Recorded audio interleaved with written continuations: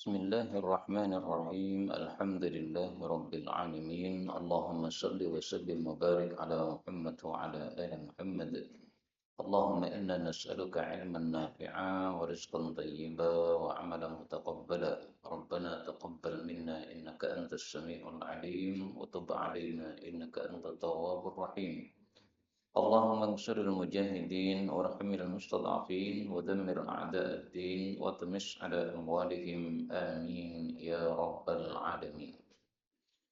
Alhamdulillah kaum muslimin rahimani wa rahimakumullah. Kita lanjutkan pengajian hadis dari kitab Ma'alimus Sunnah karya Syekh Shalih Ahmad Asy-Syami hafizahullah taala. Dan kita masih membahas tentang At-Tibbun Nabawi atau kedokteran yang diajarkan oleh Nabi Sallallahu Alaihi Wasallam. Dan kita sudah sampai pada bab 17 faqala al-muallif rahimahullah bab ruqyati bab meruqyah bil muawwidzat dengan ayat-ayat muawwidzat, ayat-ayat perlindungan. 2891 muttafaqun alaih dari Aisyah radhiyallahu anha bahwasanya Rasul sallallahu alaihi wasallam adalah idza apabila sakit nafasa beliau itu meniup ala nafsihi atas dirinya sendiri bil muawwidzat dengan surat-surat muawwidzat. Wa masaha dan beliau itu mengusap anhu darinya biyadihi dengan telapak tangannya sendiri. Falamma maka tatkala ishtaka beliau sakit waja'ahu pada sakit beliau alladzi tuwfiya fihi yang beliau wafat padanya. Taufiktu maka saya berbuat angfitu saya meniup ala nafsihi pada diri beliau bil muawwidzat dengan surat-surat muawwidzat allati kana yanfith yang biasa beliau meniup. Wa amsahu dan saya pun mengusap biyadin Nabi dengan tangannya Nabi sallallahu alaihi wasallam anhu untuk beliau. Hadis ini menunjukkan tiga hal. Yang pertama, disyariatkannya meruqyah dengan muawwidzat. Dan ini yang berkaitan dengan bab tadi. Muawwidzat itu apa? Ada dua tafsiran. Tafsiran yang populer, muawwidzat itu adalah tiga surat. Al-Falaq, An-Nas, Al-Ikhlas. Mari kita lihat, kenapa tiga surat ini disebut sebagai Al-Muawwidzat. Ternyata Al-Falaq dan Nas, An-Nas itu dimulai dengan A'udzu yang artinya aku berlindung. Berarti surat perlindungan. Untuk surat Al-Ikhlas tidak ada A'udzu, tetapi karena itu dempet dengan dua surat yang dimulai dengan A'udzu, maka dianggap sebagai surat A'udzu. Seperti misalnya kalau kita mengatakan abawani, dua bapak, itu maksudnya bapak dan ibu. Nah, tapi karena bapak dan ibu dempet atau gandeng, maka dianggap dua bapak. Jelas. Tafsiran yang kedua, muawwidzat itu semua ayat yang dimulai dengan a'udzu. A'udzu billahi minasyaitonir rajim. Itu berarti muawwidzat. Apakah ada ayat-ayat yang dimulai dengan a'udzu selain yang Al-Falaq dan An-Nas? Ada. Wa a'udzu bika min hamazati wa a'udzu bika rabbi ay yahdurun. Qul wa qur rabbi a'udzu bika min hamazati syayatin wa a'udzu bika rabbi ay yahdurun. Nah, ini termasuk muawwidzat menurut sebagian ulama. Dua tafsiran ini mana yang dipakai silakan. Jadi pakai tiga surat boleh, pakai ayat-ayat yang a'udzu juga boleh. Yang kedua, hadis ini menunjukkan bahwa kalau ada orang sakit dan tidak mampu dia meruqyah dirinya dengan muawwidzat, maka marilah kita keluarganya yang meruqyah dia. Maka di sini anfithu Aisyah yang meniupkan untuk Nabi karena Nabi sudah lemas betul-betul nggak bisa beliau. Yang ketiga, hadis ini menunjukkan bolehnya kita mengambil tabarukan barokah dari tangan Nabi, biyadin Nabi dengan tangan Nabi SAW. Jadi Aisyah sebenarnya bisa mengusapkan dengan tangannya sendiri, tapi tangannya Aisyah kan kurang berkah, sehingga beliau pilih ditiupkan di tangannya Nabi terus diusapkan di tempat yang sakit. Berikutnya 92 dari Abu Sa'id radhiyallahu anhu berkata, "Kana adalah Rasulullah sallallahu alaihi wasallam yata'awwadz biasanya berlindung minal janni daripada jin." wa ainil insani, dan dari mata manusia. Hatta sehingga nazalat turunlah al-mu'awwidhatani, dua surat mu'awwidhatain, yaitu Al-Falaq dan An-Nas. Falamma maka tatkala nazalata keduanya turun, akhadha bihima, beliau pun mengambil, maksudnya membaca keduanya. Wa taraka, dan beliau meninggalkan masiwahuma, apapun doa selain keduanya. Yang dimaksud apapun doa yang selain keduanya itu maksudnya doa-doa perlindungan. Ya. Doa kan ada dua macam kan. Ada doa perlindungan, ada doa permintaan. Doa permintaannya enggak ditinggalkan. As'aluka mujibati rahmatik, saya minta sesuatu amalan atau perkara yang menyebabkan dapat rahmatmu. Itu masih dibaca oleh Nabi. Tapi yang ditinggalkannya adalah yang perlindungan. Dua surat Muawwidhatan ini yang paling dahsyat untuk perlindungan itu adalah surat Al-Falaq. Sehingga Al-Falaq ini lebih kuat daripada surat An-Nas. Kenapa? Karena Rasul Shallallahu Alaihi Wasallam bersabda, Innaka lam taqra'a syai'an. Kamu tidak akan membaca sesuatu yang lebih sampai di hadapan Allah daripada Qul a'udzu birabbil falaq, surat riwayat Nasai. Tapi kalau dua-duanya dibaca, Falaq dan Anas ya lebih kuat lagi. Kalau Anas itu lebih fokusnya berlindung kepada Allah dari setan. Tapi kalau Al-Falaq ini berlindung kepada Allah dari semua keburukan termasuk setan. Berikutnya bab ruqyati, bab meruqyah bi Fatihatil Kitab, dengan surat Al-Fatihah. Fatihah artinya pembuka, Al-Kitab artinya kitab. Maka surat Al-Fatihah disebut Fatihatul Kitab karena kalau kita buka pertama kali surat yang muncul adalah surat Al-Fatihah. Surat Al-Fatihah disebut juga Ummul Kitab, induknya kitab. Disebut induknya kitab karena makna dari Al-Quran semuanya itu diringkas pada Fatihah. Maka disebut induk karena diringkas. Ya. Disebut Fatihatul Kitab karena dia pembuka. 93 Bukhari dari Ibnu Abbas radhiyallahu anhuma, anna nafaran, bahwasanya ada beberapa orang min ashabin Nabi, dari sahabat-sahabat Nabi sallallahu alaihi wasallam, marru bima'in, mereka melewati mata air. Ma'in itu bukan air tapi mata air. Kalau bahasa kita biasanya ain, ya, mata air. Kemudian fihim, pada mereka itu ladhirun, ada orang yang tersengat. Atau rawi mengatakan salimun, orang yang selamat. Selamat itu maksudnya ya tersengat tadi Pak. Orang Arab punya kebiasaan, orang yang dapat musibah dikasih nama yang baik-baik supaya betul-betul segera selesai dari musibah. Maka orang yang ladihun, yang tersengat, mereka kasih nama salimun, orang yang selamat, yang enggak kena apa-apa. Padahal dia lumpuh lagi, sakit. Sehingga kebiasaan orang Indonesia ini tidak sama dengan kebiasaan orang Arab. Orang Arab ngasih nama yang baik-baik supaya dia segera berubah menjadi baik. Orang Indonesia, rumah sakit dikasih nama rumah sakit, ya loro terus. Mestinya dikasih nama apa? Rumah sehat. Dalam bahasa Arab, rumah sakit itu apa? Mustashfa, tempat cari sehat. Nah, ini. Jadi bukan mustasqom. Mustasqom artinya rumah sakit. Mustasfa, rumah sehat. Nah, itu kebiasaan orang Arab yang perlu ditiru. Ini Pak Prabowo perlu ngaji hadis ini supaya dia membolehkan rumah sakit diganti rumah sehat. Karena peraturan di Indonesia, rumah sakit diganti rumah sehat itu nggak boleh, Pak. Tetap namanya harus rumah sakit, rumah sehat. Jadi rumah sakitnya nggak boleh dihapus. Itu kata teman saya yang seorang dokter.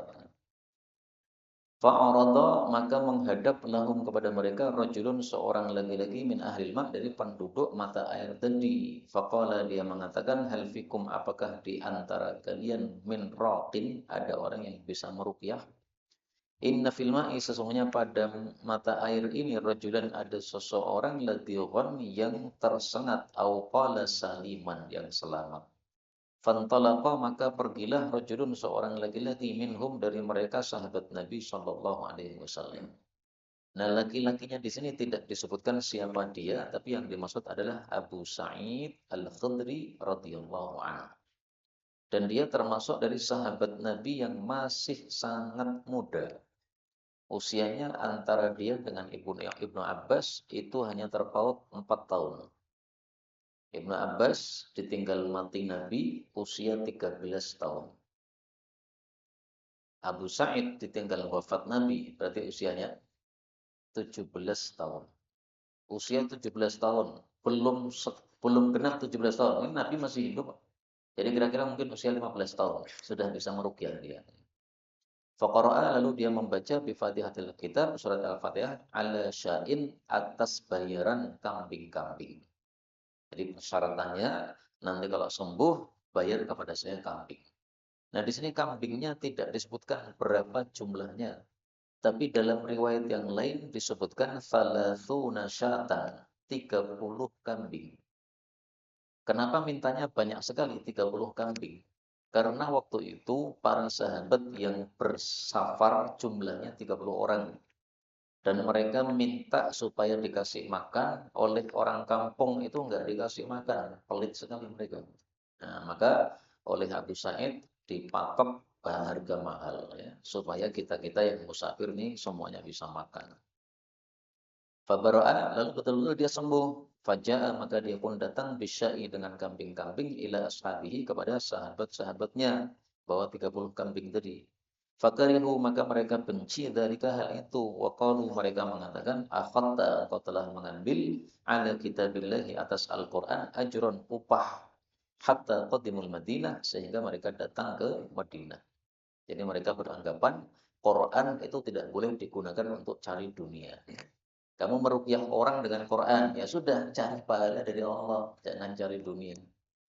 Faqalu, lalu mereka mengatakan, ya Rasulullah, akhadha, orang ini mengambil ala kitabillahi, atas Al-Quran, ajron, upah. Maka Rasul sallallahu alaihi wasallam bersabda, inna, sesungguhnya, ahaqqa, paling berhak, ma akhadtum alaih, apa yang kalian ambil atasnya ajron, akan upah, itu adalah kitabullah. Dalam hal ini meruqyah dengan Al-Quran. Jadi halal atau tidak hasil ruqyah dengan Al-Quran? Halal. Karena dikatakan oleh Nabi, aham, paling berhak, ya berarti boleh. Secara nalar juga masuk akal, Pak. Saya sakit, dipijat sembuh. Saya bayar. Ini kenapa saya bayar? Karena dia ngasih manfaat kepada saya. Dari sakit menjadi sehat. Sakit menjadi sehat, ini manfaat dunia. Nah, sekarang mengajarkan Quran itu kan manfaat agama. Sehingga kalau seseorang mengajarkan Quran tidak boleh ngambil upah, ya lucu. Memang di sini kata-katanya kitabullah Al-Quran dalam hal ini tadi adalah ruqyah. Tetapi oleh para ulama dipahami secara umum. Apapun ngasih manfaat dengan Quran, bisa ruqyah, bisa mengajarkan tafsirnya, bisa mengajarkan bacaannya, sama. Ya. Nah, sehingga kalau untuk manfaat dunia boleh kita ngambil upah seperti pijat dan sebagainya, maka untuk memberikan manfaat agama juga lebih berhak untuk mengambil upah, nggak ada masalah.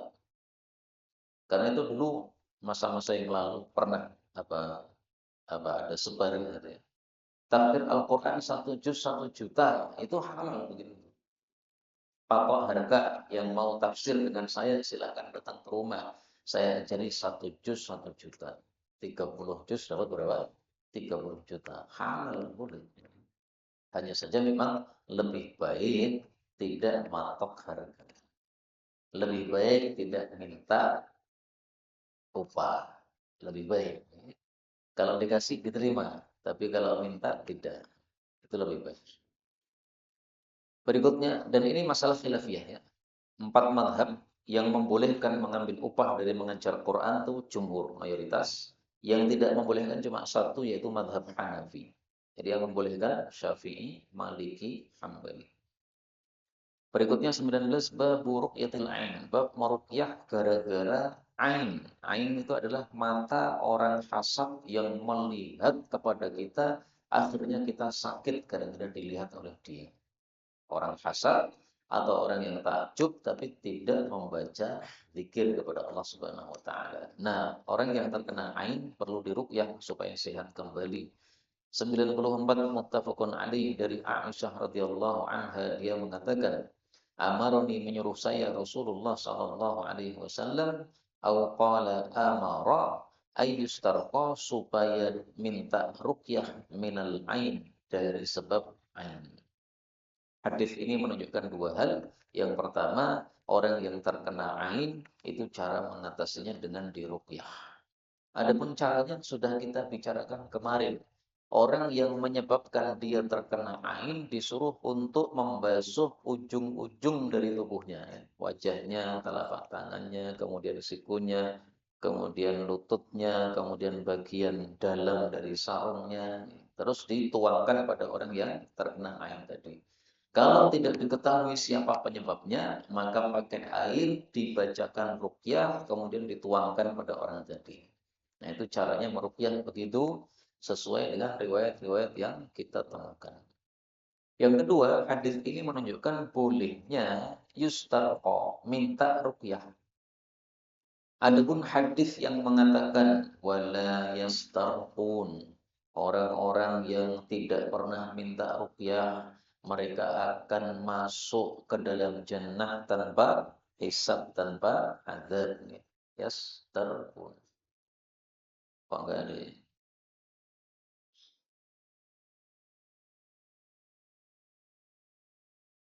Oh, ini belum.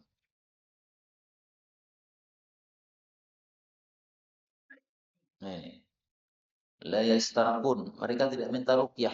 Nah, ini bukan larangan, Pak. Ini hanya mengatakan yang tidak minta ruqyah, maka ada kesempatan masuk surga tanpa hisab, tanpa azab, bukan larangan. Sehingga masih boleh minta ruqyah. Kemudian para ulama berselisih pendapat. Yang dimaksud tidak minta ruqyah ini gimana? Pendapat pertama, tidak minta ruqyah sama sekali. Yang kedua, tidak minta ruqyah yang jahiliyah. Dan kalau ruqyah yang syar'i, boleh, silakan. Berikutnya 95 dari Asma binti Umais, dia mengatakan, ya Rasulullah, inna, sesungguhnya walad Ja'farin, anak-anaknya Ja'far. Ja'far ini adalah sepupu Nabi Shallallahu Alaihi Wasallam, Ja'far bin Abi Thalib. Tusri'u, cepat, ilaihim, kepada mereka, al-ain, penyakit ain. Afa astarqi lahum, bolehkah saya minta ruqyah kepada untuk mereka? Maka Nabi Shallallahu Alaihi Wasallam mengatakan, na'am, ya, fa'innahu, karena sesungguhnya, lauka syai'un, kalau ada sesuatu, sabaqal qadar, yang mendahului takdir, la sabaqatuhul ain, sungguh sungguh mata itulah yang mendahuluinya. Tapi tidak ada mendahului takdir, itu tidak ada. Artinya maksud Nabi adalah memang ain itu sangat cepat pengaruhnya. Saking cepatnya sampai-sampai dikatakan seandainya ada sesuatu yang bisa mendahului takdir. Belum waktunya mati, gara-gara ain menjadi mati. Nah, itu seandainya ada sesuatu yang mendahului takdir. Sehingga maksud Nabi, sebelum orang yang mati, segera dicarikan peruqyah. Karena kalau tidak dicarikan peruqyah, dibiarkan dia sakit, maka akan segera mati. Maka segera diruqyah supaya segera sembuh dari penyakitnya. Itu yang dimaksud oleh Rasulullah Shallallahu Alaihi Wasallam. Nah, kemudian kenapa anak-anaknya Ja'far ini cepat sekali terkena penyakit ain? Bisa jadi mereka itu orangnya cakep-cakep, Pak. Kalau orang cakep, nah, kemudian orang melihat dengan takjub tanpa dikir, itu artinya si cakep ini bisa langsung jatuh. Karena itu kalau wajah kita pas-pasan, bersyukurlah, aman dari ain. Ya. Wajah panjenengan cantik atau ganteng, hati-hati. Lagi enak motoran, tiba-tiba demam. Gara-gara orang melihat dengan takjub dan berzikir kepada Allah Subhanahu wa Ta'ala. Berikutnya 20. Dan itulah yang menyebabkan Nabi Ishaq menyuruh anak-anaknya untuk masuk ke kota Mesir dari pintu yang berbeda-beda. Min babin wahidin. Jangan kalian masuk dari satu pintu, tapi masuklah dari pintu yang berbeda-beda. Para ulama tafsir menjelaskan karena mereka ganteng-ganteng. Kalau rombongan orang ganteng datang semua, semua orang takjub terhadap kegantengan mereka, akhirnya terkena ain. Nah, supaya tidak terkena ain, pisah-pisah. Berikutnya bab 20. Bab ruqyati bab ruqyah minal humati dari apa namanya?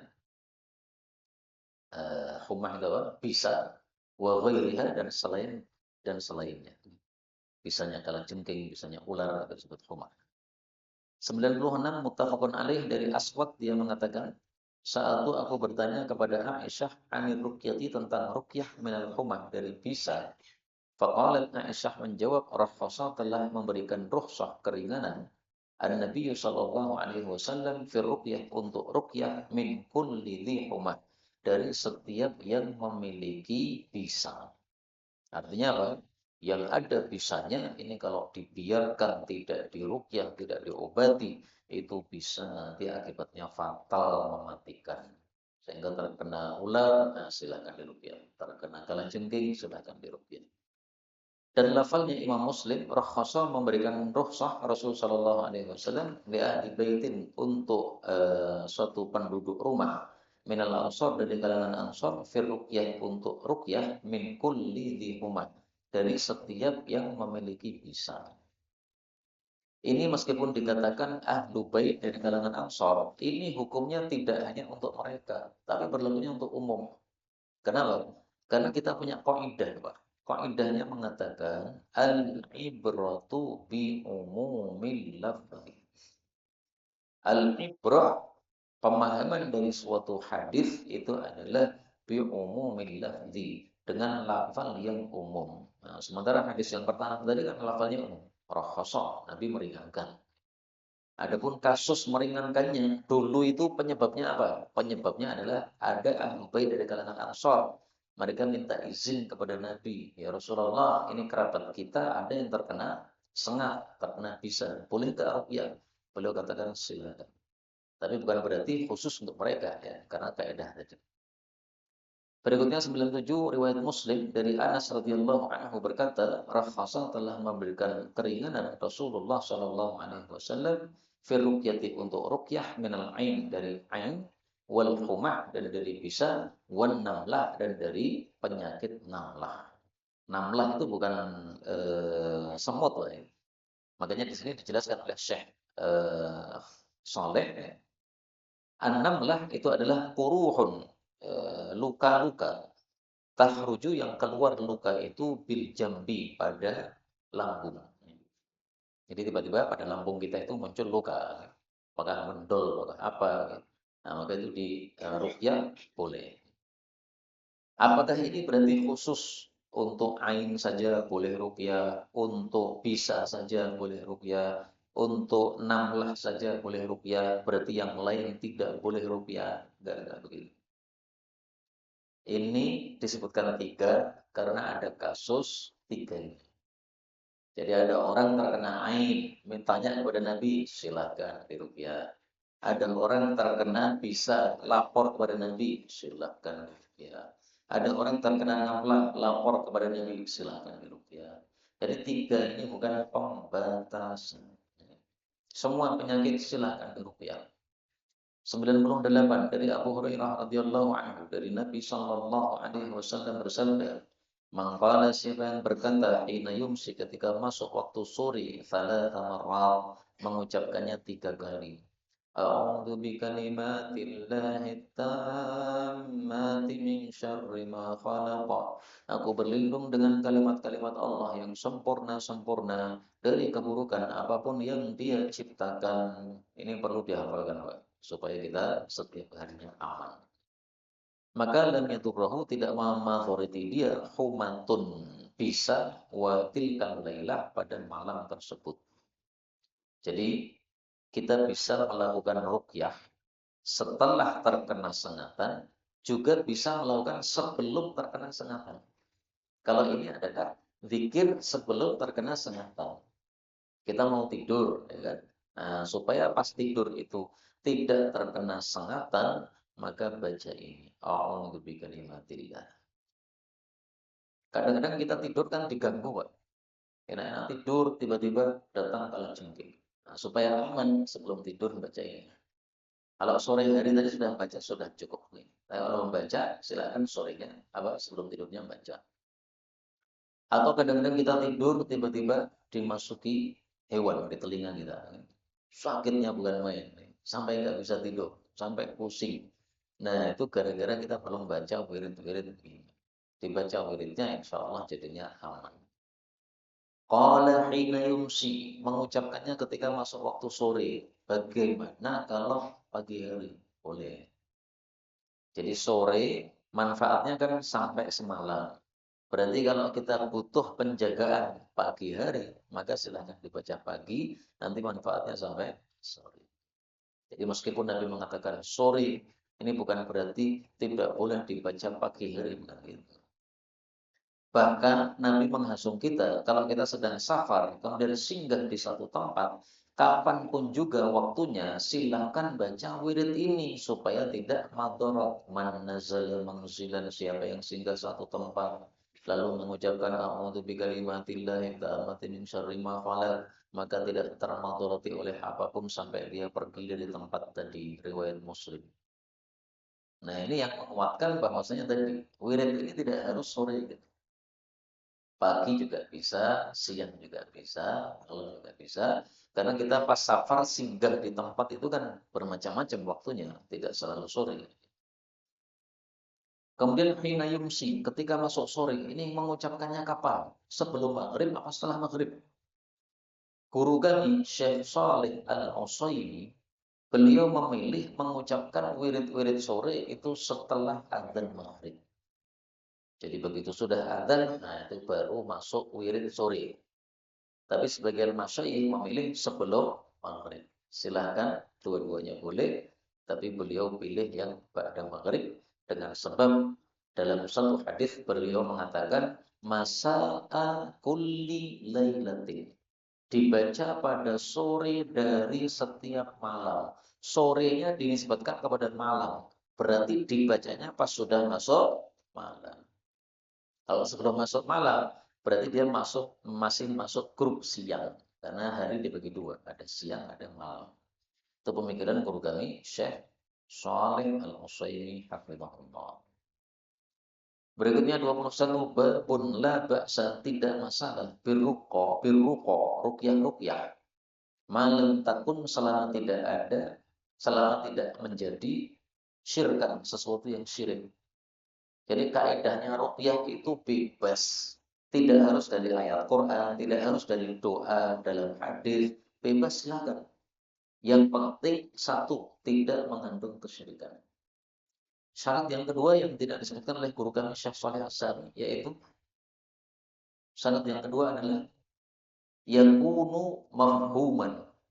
Kalimatnya kalimat yang bisa dipahami.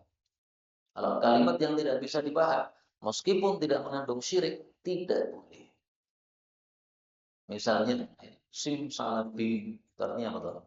Saya nggak paham ya. Hong will hang, artinya apa? Saya juga nggak paham. Nah itu yang nggak paham gitu. Untuk apa namanya? Untuk ruqyah nggak boleh. Ada orang sakit gigi kita sentuh simsalabim, nggak boleh. Kalimatnya nggak dipahami gitu. 99 riwayat Muslim dari Auf bin Malik al-Asja'i radhiyallahu anhu berkata, "Kunna, adalah kami dulu para sahabat Nabi, narqi, biasa meruqyah fil jahiliyah, di masa jahiliyah sebelum masuk Islam. Faqulna, lalu kami berkata, ya Rasulullah, kaifa tara, bagaimana pendapat Anda fi dzalika, dalam masalah ruqyah tadi?" Faqala, beliau menjawab, "I'ridu," apa namanya? "Setorkan alaiya, kepada saya, ruqakum, ruqyah-ruqyah kalian. La ba'sa, tidak masalah, birruqa, ruqyah-ruqyah, ma lam yakun, selama tidak ada, fihi, dalam ruqyah tadi, syirkun, kesyirikan." Nah, perlu dicatat, dalam kitab-kitab tentang ruqyah atau kitab fikih, itu biasanya disebutkan, ruqyah salah satu syaratnya harus bahasa Arab. Itu maksudnya, bagi orang Arab, gitu loh. Karena orang Arab itu kan tidak paham bahasa non-Arab. Sehingga maksud dari syarat tadi adalah tidak boleh meruqyah dengan suatu bahasa yang tidak kamu paham. Orang Arab meruqyah dengan bahasa Indonesia, padahal dia nggak paham bahasa Indonesia. Dikhawatirkan nanti isinya apa? Kesyirikan. Nah, demikian juga kita meruqyah, kita bisanya bahasa Indonesia, silakan.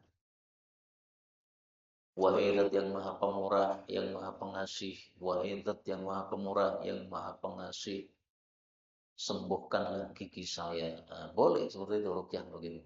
Ya Latif, ya Latif, ya Latif, ultuf bina. Nah, boleh. Berikutnya 22. Babun la adwa, tidak ada penyakit menular. Wala tiyarata, tidak ada burung membawa sial. Wala hamata, tidak ada burung hantu. Wala sofar, tidak ada sial di bulan sofar. Yang dimaksud tidak ada penyakit menular, yaitu penyakit yang menular sendiri tanpa izin Allah. Orang-orang jahiliyah meyakini namanya penyakit pasti menular. Sehingga kalau saya sakit, kemudian panjenengan duduk di samping saya, kemudian panjenengan sakit, panjenengan menyalahkan saya. Kowe lo nyedak-nyedak aku, nular. Padahal menular itu kehendak Allah. Kalau Allah tidak berkehendak, itu tidak menular, Pak. Buktinya 5 orang kumpul, satu sakit batuk, akhirnya yang 3 batuk, yang satu tidak. Nah, berarti tidak harus menular. Maka yang dimaksud tidak ada penyakit menular ini yang keyakinan jahiliyah. Kalau hana, burung hantu, ini keyakinan orang jahiliyah. Kalau ada orang dibunuh dan nyawanya belum dibalaskan, maka nyawanya ini masih bergentayangan dalam bentuk burung hantu. Sehingga menurut keyakinan jahiliyah, burung-burung hantu itu nyawa manusia, bukan burung betulan, burung jadi-jadian. Nah, itu apa namanya? Dihilangkan keyakinan sebetulnya Islam. Namanya burung hantu ya burung. Tok beleh akan mati, namanya burung. Bulan Safar nggak ada masalah, ya. Jadi tidak ada hari-hari tertentu yang membawa sial, nggak ada. Kalau orang Arab menganggap Safar sial. Kalau mungkin orang Indonesia katanya Rebu sial, nggak ada. Rebu sial nggak ada. Ini burung hantu, Pak, ya. Modelnya kayak begini disebut hantu karena wajahnya kayak begini, pocongan katanya. 900. Muttafaqun alaih. Dari Abu Hurairah radhiyallahu anhu dari Nabi sallallahu alaihi wasallam bersabda, la adwa, tidak ada penyakit menular tanpa izin Allah. Wala tiyaratan, tidak ada burung bawa sial. Orang Arab dulu melihat gagak itu dianggap bawa sial. Jadi safar ketemu gagak. Kenapa? Kalau lanjut sial. Nah, itu nggak boleh begitu. Wala hamata, tidak ada burung hantu yang merupakan nyawa orang. Wala safara, tidak ada sofar atau bulan sofar sial, nggak ada. Nah, di sini sudah diperjelas oleh Syekhuna penulis apa makna dari kata-kata atwa, tiarata, hamata, sofaro. Ya. Tapi tidak usah saya bacakan, saya cuma bacakan satu saja. Kata-kata wala sofar, tidak ada sofar, itu salah satu tafsirannya adalah huwa daun, itu adalah penyakit ya'khudul batang, yang mengenai perut seseorang. Jadi sofar itu penyakit perut. Tidak ada penyakit perut. Maksudnya apa? Penyakit yang menular dengan dahsyat, lebih dahsyat penularannya daripada kudis menurut orang-orang Arab. Nah, yang dimaksud ini adalah tidak ada penyakit perut yang menular dengan sendirinya tanpa izin Allah seperti keyakinan jahiliyah, enggak ada. Itu tafsiran yang pertama. Tafsiran yang kedua, bahwasanya yang dimaksud itu adalah syahrul safar, bulan safar. Apa maksudnya bulan Safar itu? Ya, maksudnya adalah mereka itu mengubah-ubah Muharram, haram perang, Safar boleh perang. Kalau mereka pengen perang di bulan Muharram, maka mereka anggap Muharramnya sekarang Safar. Berarti makna la Safar tidak boleh memajukan bulan Safar. Terus tambah tafsiran yang saya sampaikan tadi, tapi tidak ditulis oleh Syekhuna di sini, yaitu tidak ada kesialan pada bulan Safar. Sehingga ada 3 tafsiran di sini. Tapi tafsiran yang paling saya suka adalah la Safar, tidak ada kesialan di bulan Safar. Kenapa saya pilih tafsiran itu? Karena ini semuanya berkaitan dengan keyakinan, Pak. Adwa, keyakinan penyakit menular sendiri, tiarah, keyakinan sial. Nah, berarti Safar pun juga apa? Keyakinan sial di bulan Safar. Tapi memang hadis Nabi itu bisa berbagai macam maknanya. Wa fi riwayatin lahuma, dalam riwayat yang lain, qala A'rabiyun, berkata Arab Badui, ya Rasulullah, hai Rasul, fama balu ibli, kenapa onta-onta saya takunu fi ramli, ada pada pasir, ka'annaha dhiba, seolah-olah dia kijang. Maksudnya apa? Gesit sekali. Saya punya onta sehat, gesit.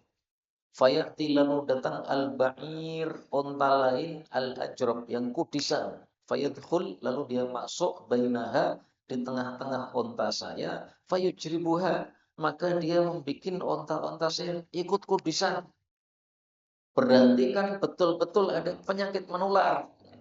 Jadi ini orang Arab Badui yang pintar, Pak. Nabi bersabda, tidak ada penyakit menular. Dia bingung, loh, piye kok tidak ada? Oh, buktinya betul-betul menular. Ini pintar kan begini. Maka Nabi kemudian bersabda, faman a'dal awwal, siapakah yang menularkan kepada onta pertama, siapa? Onta yang pertama sakit kudis, yang nulari kudis kepada dia siapa? Allah kan yang ngirimkan kudis. Nah, berarti kalau Allah yang mengirimkan kudis kepada onta pertama, yang mengirimkan kudis kepada onta kedua, tiga, empat, lima, enam, semuanya juga Allah. Artinya tidak boleh kita itu menyalahkan orang yang sakit gara-gara dia salaman sama kita, akhirnya kita sakit. Kemudian kita nganyel deh gue, gara-gara gue salaman deh di lorong. Enggak boleh begitu. Itu yang menyebabkan kamu sakit itu ya Allah Subhanahu wa taala. Mungkin pas itu kondisi tubuhmu lagi turun, kemudian kamu salaman dan memang kebetulan dia lagi batuk, akhirnya itu kena juga. Seandainya kondisi kita lagi kuat, nah dia batuk mental. Nah, maka itu semuanya apa? Terserah Allah Subhanahu wa taala, tidak bisa untuk menyalahkan orang lain begitu. Berikutnya bab apa itu? Saya kok tidak begitu jelas babnya. Coba dibaca. Babul qauli, nawa, wal fa'li. Oh, oh wasyukmi. Babul fa'li wasyukmi. Nah, ini salah. Babul fa'li wasyukmi. Bab al-fa'li, fa'al wasyukmi dan syu'm. Syu'm itu menganggap sial karena sesuatu. Fa'al itu berharap beruntung karena sesuatu. Berarti fa'al itu kebalikan dari syu'm. 901 muttafaqun alaih dari Anas radhiyallahu anhu dari Nabi sallallahu alaihi wasallam bersabda, la adwa, tidak ada penyakit menular sendiri, wala tiarata, tidak ada burung membawa sial, wa yu'jibuni, dan menyenangkan kepada saya al-fa'lus shalih, fa'al yang baik. Apa itu? Al-kalimatul hasanah, yaitu satu kalimat yang baik yang engkau dengar, kemudian engkau berharap kebaikan dari kalimat tadi. Contohnya apa? Kita dari rumah menuju ke Jawa Timur, masuk ke terminal. Kemudian kita ditawari, naik bis mas. Kita mengatakan, ya bis apa? Dia mengatakan, sumber selamat. Nah, maka kita berharap selamat. Wah, Alhamdulillah, itu sumber selamat. Insya Allah selamat betul. Nah, itu namanya fadlus sholeh. Karena itu jangan kasih nama yang mengerikan, Pak. Bis namanya apa? Sumber bencana. Bencana betul. Makanya dulu namanya sumber kencana diganti apa? Sumber selamat. Biar nggak dibaca bencana sama orang-orang. Mungkin. Itu namanya fa'al ya. Jadi ringkasnya, fa'al itu disunahkan. Tapi kalau syu'm itu tidak disyariatkan. Berikutnya 902 muttafaqun alaih dari Abu Hurairah radhiyallahu anhu, Nabi sallallahu alaihi wasallam bersabda, la tiyarata, tidak ada kesialan dari burung maupun yang lain. Wa khairuha, dan yang terbaik itu adalah al-fa'al. Qalu, mereka bertanya, wa mal fa'al ya Rasulullah? Fa'al itu apa? Qala, beliau mengatakan, al-kalimatu shalihah, kalimat yang baik, yasma'uha ahadukum, yang mendengarnya salah satu dari kalian. Termasuk dalam bab pernikahan. Mbak, kamu dilamar. Dilamar siapa? Mas ganteng. Nah, udah terima aja, pasti ganteng. Jenenge wing ganteng. Mas giat, insya Allah giat bekerja. Orang malas-malas. Maka terima saja. Dimudahkan aja. 903. Muttafaqun alaih dari Sahal bin Sa'ad As-Sa'idi radhiyallahu anhu bahwasanya Rasul sallallahu alaihi wasallam bersabda, "In kana jika ada kesialan fi syai'in pada sesuatu, fa fil mar'ah maka kesialan itu ada pada perempuan atau istri, wal faras dan kuda, wal maskan dan tempat tinggal." Zada fi riwayat Muslim, dalam riwayat Muslim, yakni yang dimaksud oleh Nabi adalah asyum, kesialan. Jadi kalau ada kesialan pada tiga ini, kalau ada, lah betulnya ada atau tidak ada? Enggak ada. Jadi kesialan itu enggak ada. Dari mana tahunya bahwasanya tidak ada? Dari hadis yang lain. Hadis yang lain mengatakan la syu'ma. Tidak ada kesialan, itu enggak ada. Waqad yakunul yumnu, yang ada adalah keberkahan fid dari dalam rumah kita, wal mar'ati dalam istri kita, wal farasi dalam kuda kita. Panjenengan punya rumah nyaman sekali, yang adem, orang begitu adem, yang panas, orang begitu panas. Pas musim dingin, nah, panjenengan terasa hangat. Pas musim panas, panjenengan terasa isis, nyaman, itu namanya yumnun. Istri berkah. Dulu ketika menikah hanya 2 orang. Setelah beberapa tahun, dak saumah dadi wong rolas. Berkah siji tambah siji rolas, berkah. Kuda kita tidak pernah mogok, dipakai untuk berkendaraan, selalu jalan. Kalau sekarang ya bukan kuda lah, motor. Ya. Motornya selalu jalan, nyaman, tidak pernah tabrakan, tidak pernah serempetan. Itu berkah namanya. Nah sekarang muncul pertanyaan, bagaimana kalau kita punya istri tapi suka rewel, cerewet, nah itu termasuk kesialan atau tidak? Bukan kesialan, itu sifat yang ada pada dia. Nah, supaya tidak membuat kita itu susah, gimana? Dididik. Kalau pas aku lagi mulai kerja, ojo ngomong sih, aku wis kesel. Ngomong tambah kesel. Disambut dengan kopi, insya Allah aku kesel hilang. Nah, dididik begitu, itu bukan kesialan. Karena kalau kita mengatakan, ini istri sial ini, saya pulang kerja dia malah cerewet. Akhirnya setiap nikah cerai terus, Pak. Karena ada apa dikit sial dicerai, ada apa sedikit sial dicerai. Enggak begitu caranya. Jadi ada sesuatu dihadapi dengan baik. Istri kurang bagus ya diperbagus ya. Kendaraan kurang mantap ya dimantapkan. Rumah bocor terus ya ditambal. Pokoknya jangan menganggap ada rumah sial, enggak ada rumah sial, enggak ada. 904 dari Anas bin Malik radhiyallahu anhu bahwasanya Nabi sallallahu alaihi wasallam kana adalah yujibuhu, menyenangkan beliau, idza kharaja, jika keluar li hajatin, untuk satu keperluan, ayasma, bahwasanya beliau mendengar kata-kata ya Rasyid, wahai Rasyid, ya Naji, wahai Naji, nama orang ya. Rasyid itu artinya dapat petunjuk, Najih itu artinya sukses. Jadi Nabi keluar safar, kemudian mendengar orang memanggil temannya, wahai sukses, wahai Naji. Nah, beliau senang. Maka beliau mengatakan, insya Allah betul-betul sukses. Panjenengan keluar rumah untuk melamar seorang akhwat. Nah, tiba-tiba ketemu teman, temannya namanya Mas Sukses. Insya Allah sukses betul. Lamaran pasti diterima, insya Allah. Ketemu nih Mas Sukses. 905 dari Anas bin Malik radhiyallahu anhu berkata seorang laki-laki, ya Rasulullah, inna kunna, sesungguhnya kami dulu fidarin, pada satu rumah, kathirun, banyak, fiha, dalam rumah tadi, adaduna, jumlah kami. Jadi anaknya banyak, ya rukun nih. Wa kathirun, banyak, fiha, padanya, amwaluna, harta-harta kami, bisnisnya jalan dan sebagainya.